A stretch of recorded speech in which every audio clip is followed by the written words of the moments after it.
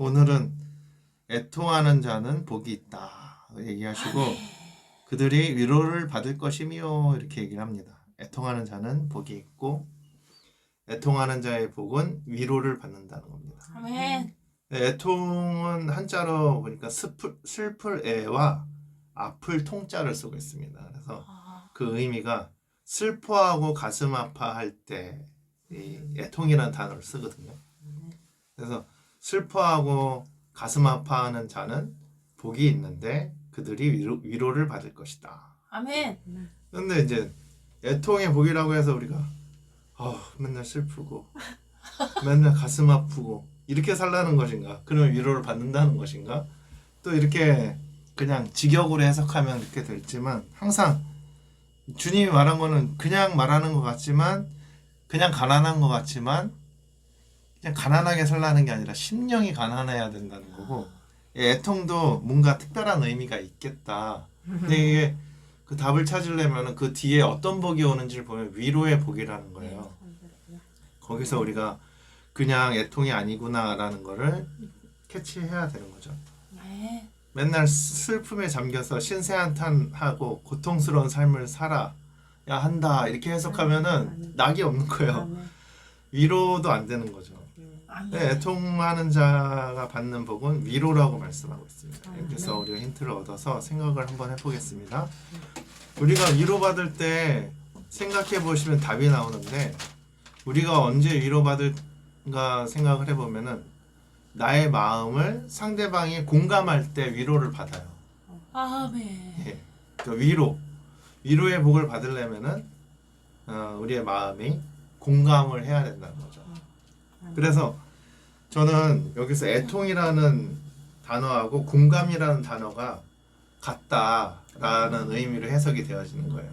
그러니까 공감을 하는 자는 복이 있나니 저희가 위로를 받을 것이다. 아멘. 그러니까 어느 정도로 공감을 해야 되느냐에서 저는 이 애통, 슬프고 정말 가슴 아픈 이 통증을 느낄 수 있는 같이 공감인 거예요. 상대방의 슬픔을 그 상대방의 고통의 느낌을 같이 같은 공감을 해주는 거죠. 아, 그런 자가 위로를 받는다는 거예요. 주님의 위로를 받는다는 거예요. 아멘. 일단 그렇게 공감을 할 때 상대방도 위로를 받지만 주님이 그 마음으로 같은 마음으로 우리를 위로를 해주신다는 거예요. 아멘. 주님이 나의 슬픔을 같은 마음으로 아파하시며 십자가를 지셨다는 거죠. 그러니까 십자가를 지신 거는 주님의 최고의 공감인 거예요. 죄인을 향한 최고의 공감인 거예요. 정말 우리의 아픔을 그러니까 우리가 이미 느껴야 될 아픔을 미리 최고의 공감을 해주신 거예요. 이게 애통하는 자. 미친 주님께서 우리에게 애통하는 마음으로 주여. 공감을 해주셨고 그래서 그 위로가 우리한테 온 거죠. 아멘. 그렇게 살라는 거예요. 주님이 이미 그렇게 하셨고 너희도 그와 같은 마음으로 살라는 겁니다. 아멘. 우리가 이웃을 또 중요한 것은 내 자신조차도 어떻게 공감을 해야 되느냐 애통하는 마음으로 내 마음을 나를 사랑하는 마음이 왜냐면은 그렇게 우리 자신에 대해서 애통하지 않아요. 대부분 보면 막 살아 그냥. 그런데 우리 마음을 그렇게 애통하는 마음으로 공감해주고 맞아요. 나의 슬픔을 나의 아픔을 나의 마음을 들여다봐주고 일단 이게 먼저 돼야 상대방의 마음도 공감을 애통해하는 마음으로 공감할 수 있다는 것입니다. 아멘. 또한 예수님 말씀에서 애통은 단순히 상실에 대한 고통의 반응을 넘어서 죄로 인해서 깨진 세상과 또 죄로 인해서 깨어진 나의 마음과 하나님과 멀어진 관계를 바라보면서 그러니까 하나님과 멀어진 관계를 보면서 아파하는 마음이 와야 된다는 거예요. 아멘. 그거를 엄청나게 애통하는 주여. 마음으로 공감을 해야 되는 거예요. 그러니까 내가 하나님과 멀어졌던 마음에 대한 애통이 있어야 되는 거고 아멘. 또 이 세상이 그 다음에 내 이웃이 또 하나님을 모른 채 살아가는 그런 하나님과 멀어진 관계들에 이 세상이 제약된 세상에 대해서 애통하는 마음으로 가슴 아픈 마음으로 아멘. 아멘. 공감하면서 바라봐야 된다는 것입니다. 아멘. 예수님께서는 이것을 이제 보면은 그냥 애통이 아니라 뭐라고 붙이면 될까? 우리 좋아하는 거 영적인 애통이다. 그냥 애통은 그냥 아유 슬프고 괴로워야지 이렇게 사는 삶이고 주여. 영적인 애통은 상대방을 정말로 그 고통을 공감하면서 위로를 주는 아멘. 것입니다. 아멘. 그렇게 사는 자에게 주님이 또 우리에게 위로를 준다는 복입니다. 아멘. 영적인 애통은 죄로 인해서 하나님과 단절된 관계를 아파하는 마음, 하나님과 멀어진 관계를 가슴 아파하는 것인 줄 믿습니다. 네. 그래서 자기 자신을 먼저 돌아보는 거예요. 하나님과 멀어진 나의 마음의 상태를 애통해야 하면서 회개하고 또한 하나님의 뜻을 모르고 살아가는 사람들을 보면서 가슴 아파하는 것. 아멘. 아멘. 이렇게 사는 자의 애통하는 자에게 예수님께서 그 위로라는 복을 주시는 우리를 긍휼히 여겨 주시는 거죠. 아멘. 위로의 복을 주시는 겁니다. 감사합니다. 당시 유대 사회는 로마 지배 아래 있다고 말씀을 드렸고 이때 백성들은 정치적 억압과 경제적 어려움으로 힘들었고 종교 지도자들도 부패해서 백성들에게는 영적인 갈증, 슬픔, 절망 그 완전히 고통 속을 고통을 느끼고 있었는데 이런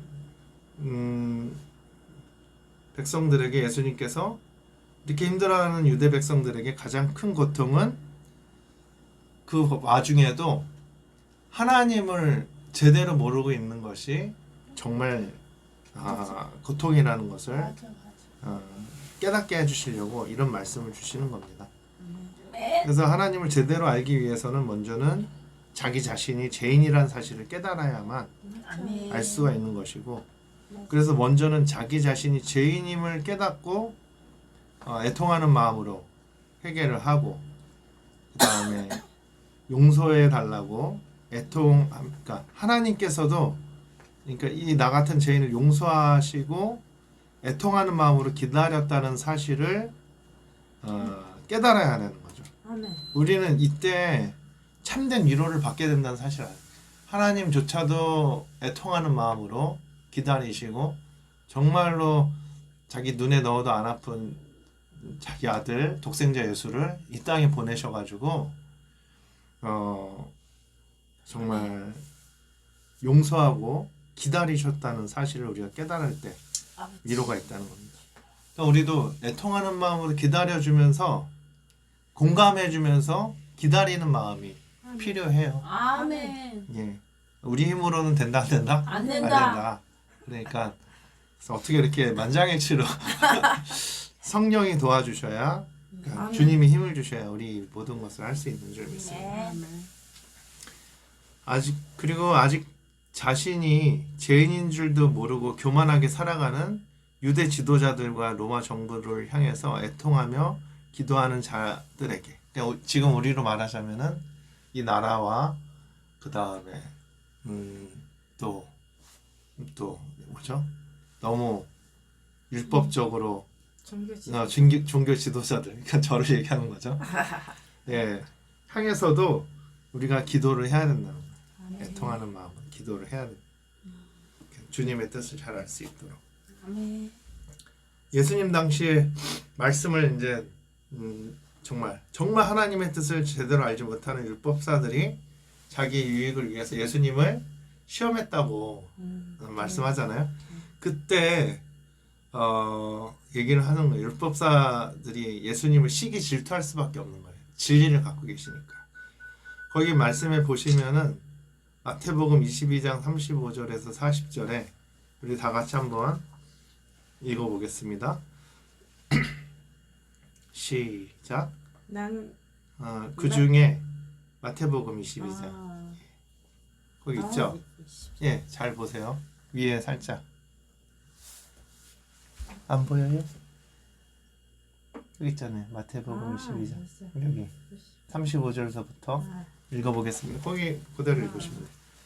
그 중에 한 율법사가 율법사가 예수를 시험하여 묻되 선생님이여 율법 중에 어느 계명이 크니까 예수께서 가라사대 내 마음을 다하고 목숨을 다하고 뜻을 다하여 주 너의 하나님을 사랑하라 하셨으니 이것이 크고 첫째 되는 계명이요 둘째는 그와 같으니 내 이웃을 내 몸과 같이 사랑하라 하셨으니 이 두 계명이 온 율법과 선지자의 강령이니라. 아멘. 네. 아, 율법사가 예수님을 시험하려고 질문을 던졌는데 그러니까 정말 궁금해서 물어본 건지 시험하려고 물었다는 것은 예수님이 답을 못 내게 질문을 던진 거예요. 율법 중에서 뭐가 최고인지를 어떻게 자기네들도 모르니까 그때 예수님께서 말씀은 내 마음을 다하고 목숨을 다하고 뜻을 다해서 하나님을 사랑하고 또 내 이웃을 내 몸과 같이 사랑해야 한다. 이 성경 말씀의 핵심을 전해주셔서 전심으로 하나님을 사랑하고 또 둘째는 그와 같으니 내 이웃을 전심으로 사랑하라 이런 뜻이에요. 여기서 같다에서 알 수 있는 것은 내 몸과 같이 이웃도 사랑해야 하지만 내 몸과 같이 하나님을 사랑해야 한다. 아멘. 주여. 이게 정말 핵심인 것 같아요. 내 몸과 같이. 내 몸과 같이. 그러니까 내 몸을 사랑할 수 있어야 돼. 그러게. 근데 내 몸에 대해서 애통하는 마음으로 공감 정말 지극히 내 마음을 공감할 수 있어야 이웃 맞아. 나랑 가까이 있는 사람 또 하나님의 마음 예수님의 마음을 공감할 수 있다. 아멘이다. 내 이웃에 그래서 이제 그 다음에 이 말씀 후에 누가복음에서는 우리의 이웃이 누구입니까? 또라고 질문을 던지죠. 그래서 제가 말씀 올려놨죠. 누가복음 10장 29절에 시작. 그 사람이 자기를 옳게 보이려고 예수께 여쭤오되 그러면 내 이웃이 누구이니까? 그래서 예수님이 이때 강도 만난 자 이야기를 들려주는 거예요. 제사장이 그 강도 만난 자를 보고도 보았지만 그냥 지나갔다고 얘기하고 레위인도 그를 보았지만 그냥 지나갔다고 얘기합니다.